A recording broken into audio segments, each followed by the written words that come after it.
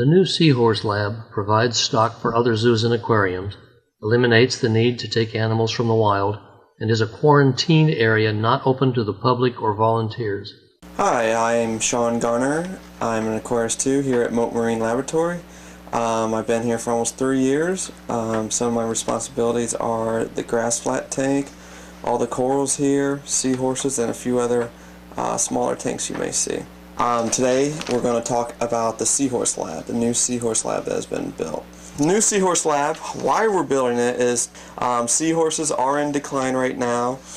And so what we're doing is we're reproducing right now one species of seahorse, the Hippocampus erectus.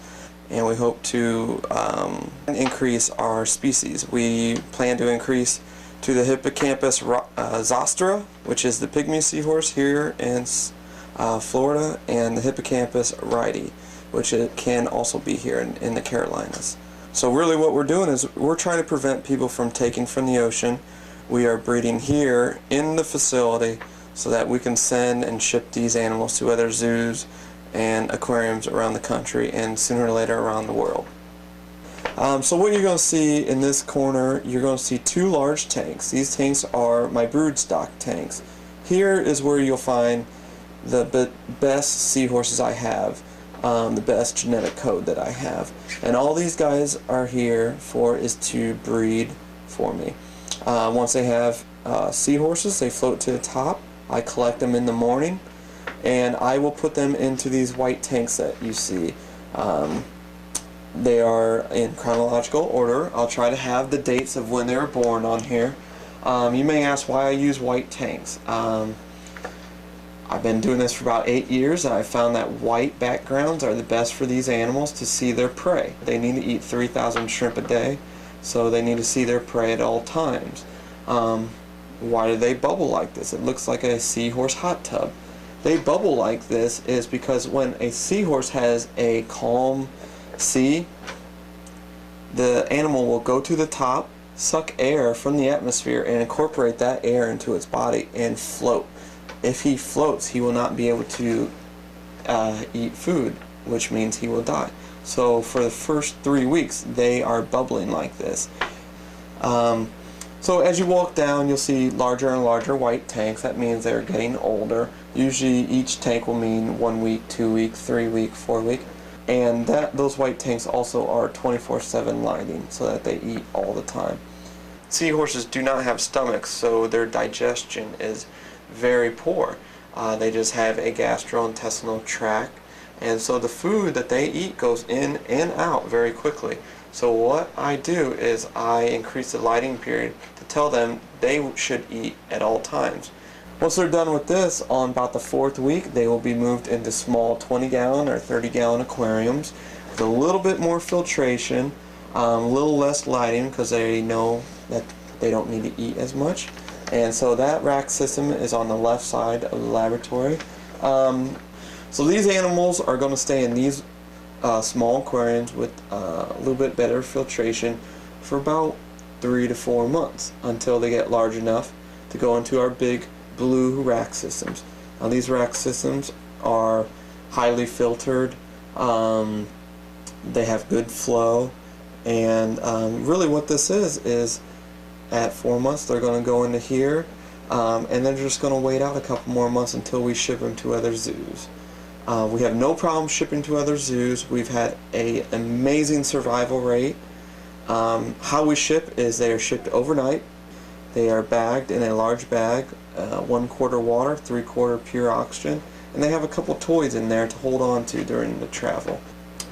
There's some other features of the lab. You'll see a little station where I'll show the brine shrimp, or Artemia naupliae, that I feed the seahorses. Are the seahorses sold to other institutions? The seahorses are swapped.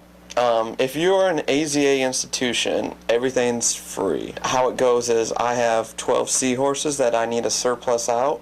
What do you have or don't have? You pay the shipping, the boxes, but the animal is free. It's a currency for AZA, and further down the line we may start aquaculturing these animals for profit, but that's, years down the line. We really want to work with the zoos and aquariums right now and make sure that Moat is one of the main places zoos and aquariums get their seahorses from. Shawn, are seahorses found in Sarasota? Yes, they are. They are found all throughout Sarasota, mainly in the grass flat areas. You can walk right off our dock here and go through the grass flats and find Hippocampus erectus, the lion seahorse, or Hippocampus zostera, the pygmy seahorses. We have those two species. We also have the Hippocampus rites, which come through Florida, mostly the East Coast, but are all the eastern seaboard, South America. Can you tell when the males are ready to give birth? We recognize birth by its pouch size. Gestation is 21 to 28 days for this species, and the larger the pouch, the sooner he's going to have the babies, the longer the gestation. The females don't have a pouch, they just have kind of a cut-off area around their abdomen and no pouch. Babies need to eat all the time. They need to eat 24/7. They eat an animal called Artemia noctuli, or as some people know them as sea monkeys. This is a small planktonic shrimp that we grow here at Moat, and we feed them to the babies. The babies do grow rapidly. The erectus grow at 1/4 of a millimeter per day for the first 60 days, and then they kind of tend to slow down after 60 days. I try to increase this by leaving the lights on for 24 hours a day for the first 2 weeks, and what this does, it tells them to eat all the time. What are the dangers to the wild seahorse? Humans are the main predators. We take seahorses out of the ocean for dried curios. Also, seahorses are an ancient Chinese medicine. They dry them out, they put them in pill form, they eat them. There's been an estimated about 25 million seahorses taken every year for curios, aquarium trade, and medicine trade. The other predators are, of course, some fish, but some larger fish and some birds. The shrimping industry is also a main predator for seahorses. Trawl nets are very dangerous to the grass flat areas or anywhere that seahorses are living, breeding.